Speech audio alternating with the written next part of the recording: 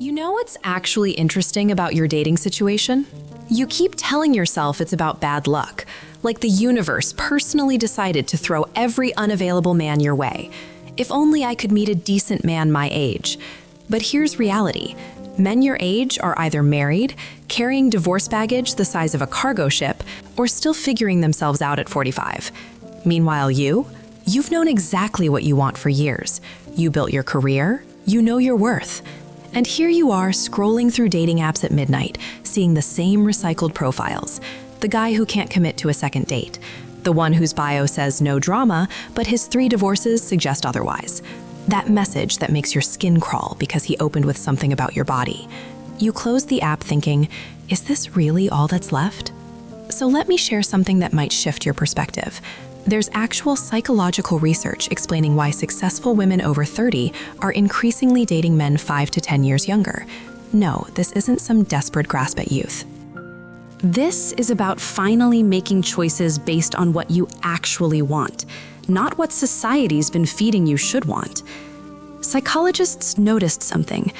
Women who've already made it professionally are choosing younger partners at increasing rates. Not boys, men around 28. And this isn't rebellion, it's strategy with solid psychological backing. Because here's what nobody wants to say out loud. That perfect match your age you're waiting for, he probably doesn't exist, at least not in the way you've been imagining. Let's get honest about what you actually need at this point in your life. You need energy, not the let's party till dawn energy, though that doesn't hurt. I'm talking about willingness to see the world differently. When you're past 30 and you've collected every career bruise and relationship lesson, you crave freshness, actual fresh perspective. Same age guy launches into his 3rd monologue about how everything's going downhill and nothing ever changes. You're nodding politely while internally screaming because you've heard this exact speech from the last 5 guys. A younger partner brings that novelty not because he's young, but because he hasn't calcified into rigid, this is how things are, beliefs yet. He's flexible. He's willing to try. And honestly, that energizes you way more than another conversation about how the good old days are gone forever. Here's where it gets even better. Dating a younger man finally lets you escape that suffocating keeper of the hearth role. You're done playing he's the breadwinner, I wait at home with dinner ready. You both work, you both earn, you both have the right to be tired and need support. And here's the magic.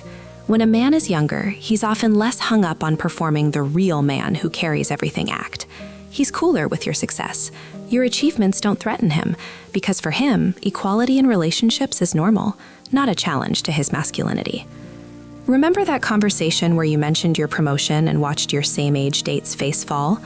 With a younger partner, you can finally just be yourself, instead of dimming your light to make someone else comfortable. And you deserve that.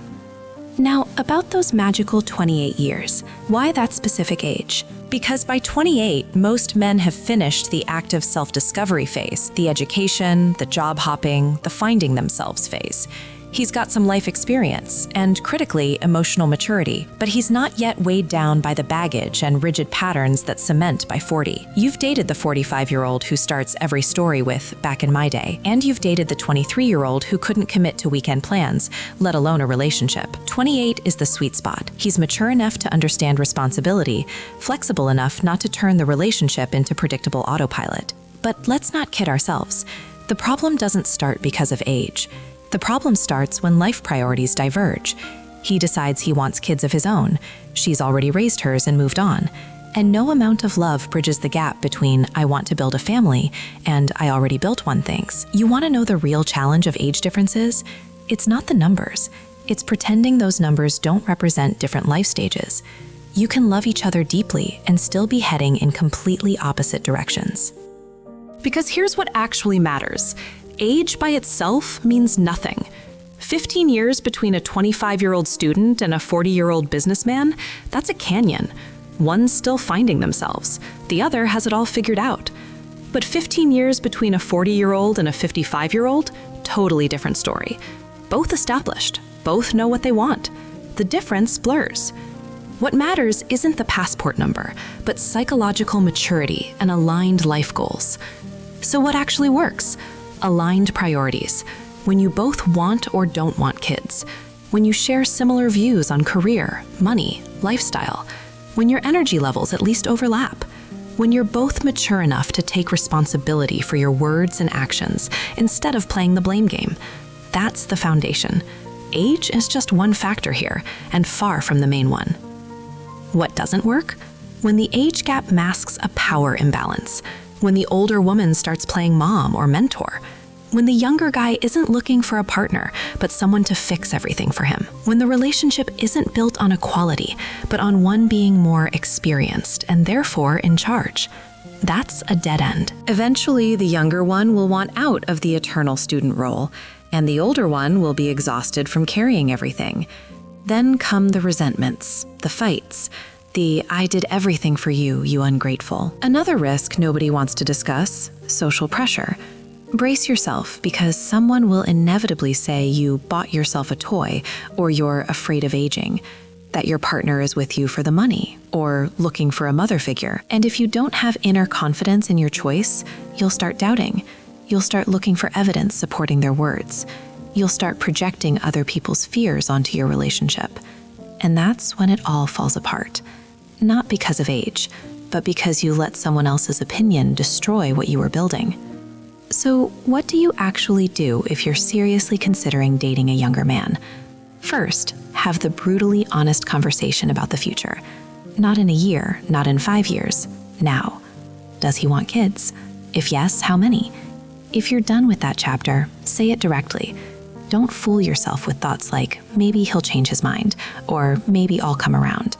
You won't, he won't. And the later this misalignment surfaces, the more it'll hurt. Second, discuss career plans with the same honesty. If you're at your peak and he's just starting out, are you willing to support him financially and emotionally during his building phase? Or do you expect him to already be established? It's not shameful to discuss this.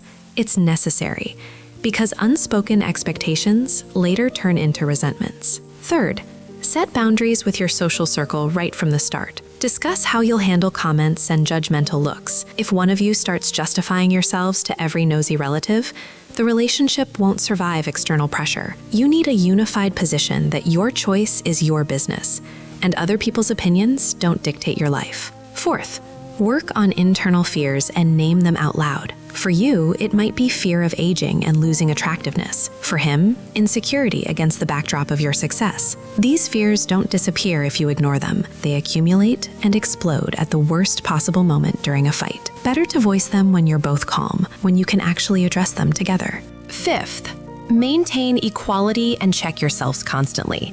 Don't slide into roles like, I'm older, so I'm in charge, or I'm younger, so I follow. You're partners, both adults, both responsible for your decisions. If one person starts making all the decisions, stop and rebalance. Otherwise, a toxic imbalance appears that'll eventually destroy everything you've built together.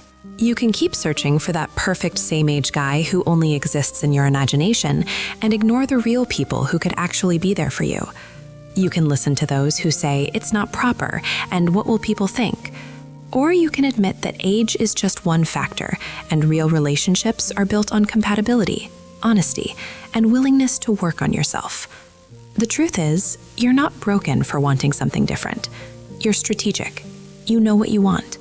The choice has always been yours. At least now you know what you're actually choosing.